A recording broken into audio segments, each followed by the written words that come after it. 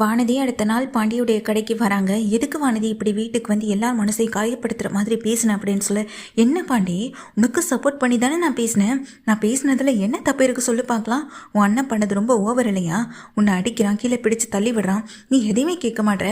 அந்த வீட்டுக்கு நான் கல்யாணம் பண்ணிட்டு வந்தாலும் இப்படி தான் கேட்பேன். உனக்கு எதிராக யாராவது ஏதாவது ஒன்று வார்த்தை சொன்னாலும் நான் இப்படி தான் கேள்வி கேட்பேன். இந்த வானதி இப்படி தான் அப்படின்னு இங்கே வானதி சத்தம் போட, கொஞ்சம் பொறுமையாயிரு வானதி அப்படின்னு பாண்டியன் சொல்கிறாங்க.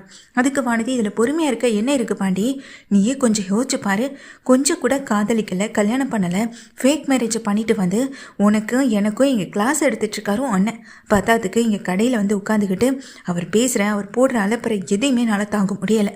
ஆனால் அந்த கடவுள்னு ஒருத்தர் இருக்காரு பாண்டி, அதான் எனக்கும் இந்த விஷயம் தெரிகிற மாதிரியே பண்ண செஞ்சுருக்காரு.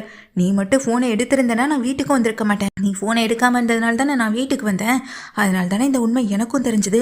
இல்லைனா நீ இப்போ வரைக்கும் இல்லை எப்போதுமே இந்த விஷயத்தை பற்றி என்கிட்ட சொல்லியிருக்க மாட்டேன். பத்தாத்துக்கு உன் அண்ணி எல்லாம் வேற, அப்பாப்பா அவங்க பண்ணாத அலப்பறையாம். அந்த வீட்டுக்கு அவங்க தான் எல்லாமேன்ற மாதிரி உங்கள் வீட்டில் இருக்க நீயும் சேர்ந்து எல்லாரும் சேர்ந்து எப்படி நடந்துக்கிட்டீங்க? அதுக்கேற்றது போல் அவங்களுக்கு கொஞ்சம் நெஞ்சம் ஆட்டமாக ஆடினாங்க. இப்போ எனக்கு உண்மை தெரிஞ்சிடுச்சுல, இனிமேல் இந்த வானதி யாருன்னு அந்த நிலாவுக்கு தெரியும் அப்படின்னு வானதி ரொம்ப வேகமாக சத்தம் போடுறாங்க. இப்போ எதுக்கு இந்த மாதிரிலாம் பேசிக்கிட்டு இருக்கேன்? அவங்கள பற்றி உனக்கு முதல்ல என்ன தெரியும் அப்படின்னு சொல்ல, இதுக்கு மேலே தெரியறதுக்கு என்ன இருக்குது பாண்டி? அதான் நேற்று நைட்டு வீட்டுக்கு வந்த போதே எல்லாம் தெரிஞ்சிடுச்சு. இதுக்கு மேலே தெரியறதுக்கு எதுவுமே இல்லை அப்படின்னு இங்கே வானதி சொல்லிட்டு இருக்காங்க. அப்போ தான் இங்கே நடக்கிற பிரச்சனை பயங்கரமாக இருக்குது. கண்ணை இதெல்லாம் பார்த்துக்கிட்டு பாவம் பாண்டி ஏற்கனவே இங்கே பயங்கரமாக வருத்தத்தில் இருந்தார். இதில் வானதி வேற புரிஞ்சுக்காமல் என்னென்னமோ சொல்லி அண்ணனை திட்டிகிட்டே இருக்குது அப்படின்னு வருத்தப்பட்டு இங்கே கண்ணனும் நின்றுட்டுருக்காங்க. அப்போ தான் சேரன் கால் பண்ணுறாங்க. டேய் நான் தான்டா அப்படின்னு சொல்லும்போது, சொல்லுங்கண்ணே அப்படின்னு சொல்ல, என்னடா ஒரே சத்தமாக இருக்குன்னு கேட்குறாங்க. இல்லைண்ணே வானதி கடைக்கு வந்துச்சுன்னு சொல்ல, அதை பற்றி பேசுகிறதுக்கு தாண்டா ஃபோன் பண்ணேன். பாண்டிக்கும் வானதிக்கும் நேற்றே சின்ன பிரச்சனை வீட்டில் ஆயிடுச்சு. இப்போ திரும்பவும் கடையில் வந்து ஏதாவது பிரச்சனை பண்ணுமோன்னு நினச்சிட்டே இருந்தேன். அதே போல் பிரச்சனை வந்துடுச்சா அப்படின்னு கேட்குறாங்க சேரனும். ஆமான்னு இங்கே கண்ணனும் சொல்ல, சேரன் இந்த விஷயத்த பல்லவன் கிட்ட சொல்லிட்டு இருக்காங்க. நான் பல்லவனும் சரிண்ணே நான் போய் பார்க்குறேன்னு அப்படின்னு கடைக்கு கிளம்பும்போது, உடனே எல்லாம் ஆஃபீஸ் போகாமல் வீட்டில் தானே இருக்காங்க. பல்லவா நான் போயிட்டு வரேன்னு சொல்ல, அண்ணி நானும் கூட வரேன்னு சொல்லிட்டு பல்லவனும் நிலாவும் நேராகவே கிளம்பி பாண்டியோடைய கடைக்கு போகிறாங்க. வானதி இங்கே நிலா வரதை பார்த்ததுமே பயங்கர கோவப்படுறாங்க. இப்போ நீங்கள் எதுக்கு இங்கே வந்தீங்க அப்படின்னு சொல்லி கேட்க, எங்கள் அண்ணி இங்கெல்லாம் வரக்கூடாதா என்ன அப்படின்னு பல்லவன் கேட்குறாங்க. டேய் முதல்ல உனக்கு ஞாபகம் வச்சுக்கோ, அண்ணின்னு பார்த்தா அது நான் மட்டும்தான். ஏன்னா நான் தான் உன் அண்ணனை கல்யாணம் பண்ணிவிட்டு அந்த வீட்டுக்கு வரவும் போகிறேன். இவங்க உன் அண்ணியே கிடையாது.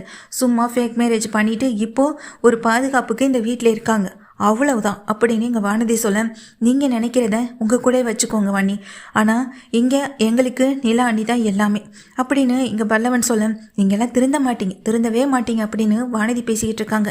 இப்போ எதுக்கு இங்கே வந்தீங்கன்னு சொல்ல, பாண்டியை பார்க்கணுன்னு சொல்லிட்டு பாண்டி பக்கத்தில் வராங்க. என்னால் உங்கள் லைஃப்குள்ளே எந்த பிரச்சனையும் வேண்டாம் அப்படின்னு பாண்டியை பார்த்து சொல்லு. என்னங்க நீங்கள் எதுக்குங்க இப்படிலாம் பேசிகிட்டு இருக்கீங்க? அதெல்லாம் எதுவும் இல்லை. இந்த வானதி ஏதோ புரிஞ்சுக்காமல் பேசி உங்கள் மனசையும் காயப்படுத்திட்டு இருக்கான். வானதி நீ பேசுனது ரொம்ப தப்பு அப்படின்னு சொல்ல, டேய் பாண்டி நான் என்ன தப்பாக பேசிட்டேன்? உண்மையை தானே சொல்கிறேன். ஃபேக்கான மேரேஜை தானே இவங்க கல்யாணம் பண்ணிட்டு வந்து வீட்டில் இருக்காங்க. பத்தாத்துக்கு ஆஃபீஸில் வேற ஒருத்தன், வீட்டில் வேற ஒருத்தன். எனக்கு என்னமோ அந்த வீட்டில் உன்னை இருக்க வைக்க பயமாக இருக்குது பாண்டி. ஏன்னா அன்னைக்கு அந்த வீட்டுக்கு வந்தப்போ கூட உங்ககிட்ட சிரித்து பேசிகிட்டு இருந்த போதே எனக்கு பிடிக்கவே இல்லை. அப்புறம் உனக்கு கொடுத்த பொங்கல் அதை உன் கையிலேருந்து எடுத்து சாப்பிட்டதில் கொஞ்சம் கூட எனக்கு பிடிக்கவே இல்லை. எனக்கு என்னமோ கொஞ்சம் பயமாகவே இருக்குது பாண்டி. ஏன்னா இவங்களுக்கு தான் சோழன் மேலே எந்த காதலும் இல்லையே. இவங்க கல்யாணம்னதே ஃபேக்காக தானே பண்ணிட்டு வந்திருக்காங்க. அது பத்தாதுக்கு எங்கள் ஆஃபீஸில் ஒருத்தன் தான் பின்னாடி சுற்றுறதா சொல்லி வீட்டில் சேரன் கிட்ட அண்ணன் கிட்ட வந்து ரொம்பவே கோவப்பட்டாங்க. எனக்கு என்னமோ நிலாவுக்கு ஒன்னெல்லாம் பிடிச்சிருக்குமோ அப்படின்னு சொல்லும்போது, அந்த இடத்துக்கு வானதியுடைய அப்பா பாண்டியனை பார்க்குறதுக்காக வந்திருக்காங்க. பாண்டியன் கிட்ட பேசணுன்றதுக்காக வந்ததும் இங்கே வானதி பேசினதை கேட்டதும் பயங்கர கோவத்தில் இருந்த அவங்க அப்பா பல்லார்னு ஒரு அறைய வானதி கணத்தில் விடுறாங்க. இதை பார்த்து அத்தனை பேரும் அதிர்ச்சியில் நிற்க, பொன்னாடி நீ அப்படின்னு சொல்ல, அப்பா அப்படின்னு சொல்லிட்டு வானதி அதிர்ந்து போய் நிற்க, ஒரு பொண்ணுக்கு ஒரு பொண்ணை எதிரியாக பேசலாமா? அந்த பொண்ணோட மனசை காயப்படுத்துகிற மாதிரி பேசுகிறேன். கொஞ்சமாவது உனக்கு மனசாட்சி இருக்கியா? எங்கள் வீட்டில் இருக்க அம்மா அப்பா அண்ணன்னு மரியாதை இல்லாமல் அவங்களக்கிட்ட மட்டும்தான் நீ இப்படி பேசுகிறேன்னு பார்த்தா இப்படி உனக்கு பிடிச்சவங்க அப்படி இப்படின்னு சொல்லி இந்த கடைக்கு வந்துட்டு போயிட்டுருக்க எல்லா மனசையும் தான் காயப்படுத்திட்டு இருக்கேன். தம்பி உங்ககிட்ட நான் வானதியை பற்றி பேசிட்டு போகலான்னு தான் வந்தேன். ஆனால் ஒன்றே ஒன்று சொல்கிறேன் தம்பி, இவன் உங்கள் வீட்டுக்கு வந்தானா உங்கள் வாழ்க்கை சந்தோஷமாகவே இருக்காது. உங்கள் வாழ்க்கைன்னு இல்லை, உங்கள் கூட இருக்க மற்றவங்க வாழ்க்கையும் சந்தோஷமாக இருக்க விட மாட்டான். நான் சொல்கிறத மட்டும் கேளுங்க தம்பி. இவளை கல்யாணம் பண்ணிக்கிறதுக்கு ஒன்று நீங்கள் கல்யாணமே பண்ணாமல் இருந்துடலாம். இவ கல்யாணத்தை பற்றியும் இவ கல்யாண விஷயத்தை பற்றியும் உங்ககிட்ட பேசிட்டு போகலான்னு தான் தம்பி இவ்வளோ தூரம் வந்தேன். ஆனால் என்ன பிரச்சனை ஏதுன்னு தெரியல. ஆனால் அந்த வீட்டுக்கு வாழ வந்த இன்னொரு பொண்ணை இப்படி கடையில் வச்சு எல்லாரும் முன்னாடி அசிங்கப்படுத்துகிற இவெல்லாம் நிச்சயமாக நல்லாவே வாழ மாட்டா அப்படின்னு அவங்க அப்பாவை சாப விட, என்னை பார்த்தா எப்படி தெரியுது, சாப விடுறியா அப்படின்னு சொல்லி அப்பாவை பார்த்து முறைச்சிட்டு நிற்கிறாங்க வானதி.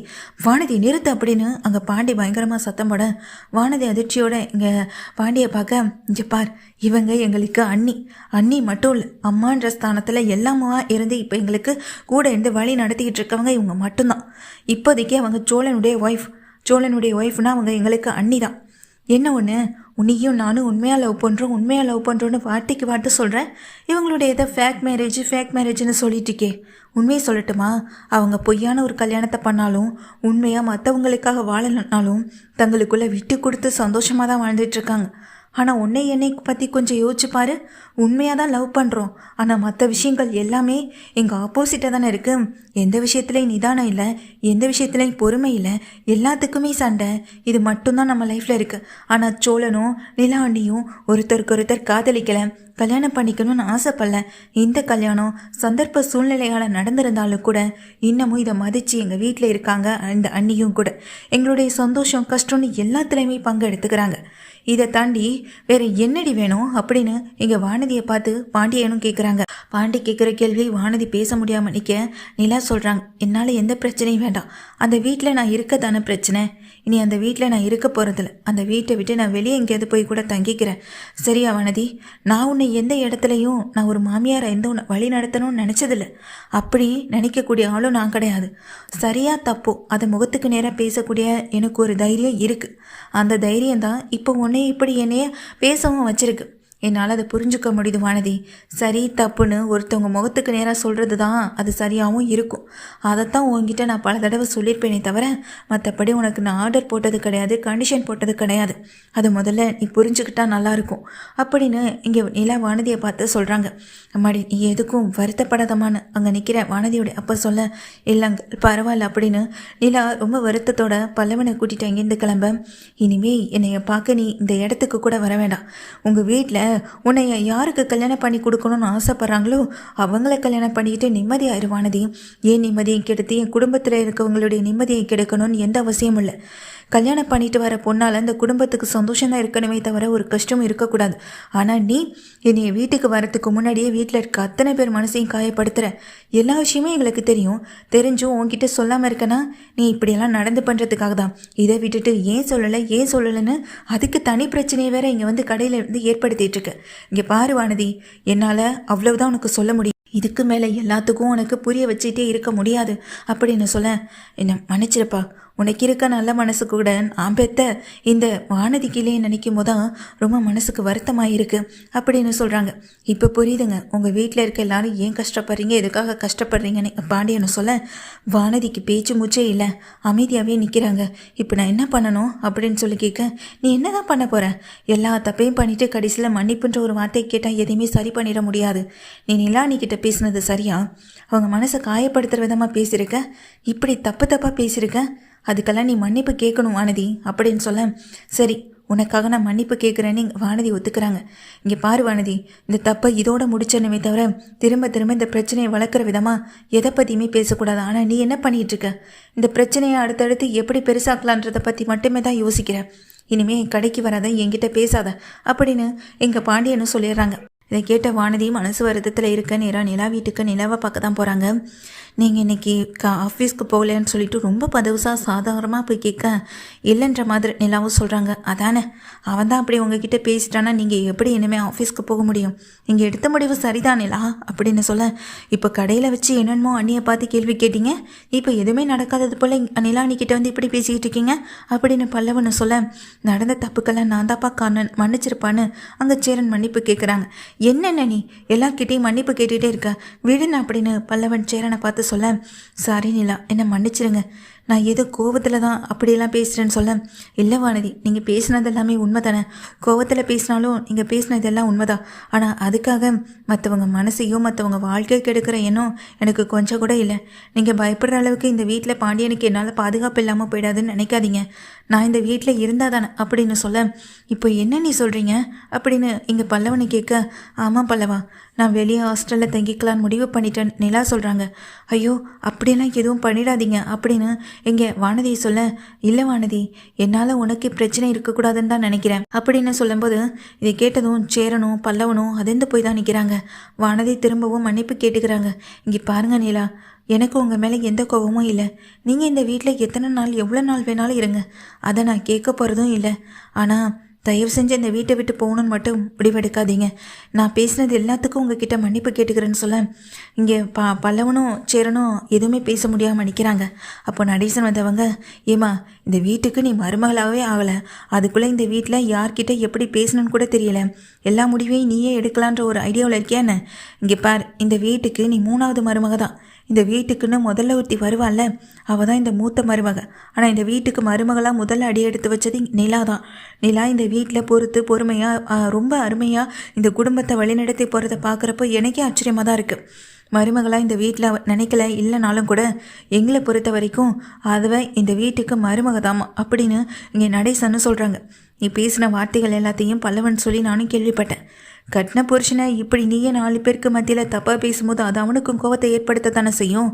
உன்னுடைய குணத்தை மாற்றிக்கமா வானதி, அது இந்த குடும்பத்துக்கு எப்போதுமே செட் ஆகாது. ஆமாம்மா, உன்னை கேள்வி கேட்குற தகுதி இங்கே யாருக்குமே இல்லை தான். ஏன்னா அதெல்லாம் நீ தாண்டி வந்துட்ட.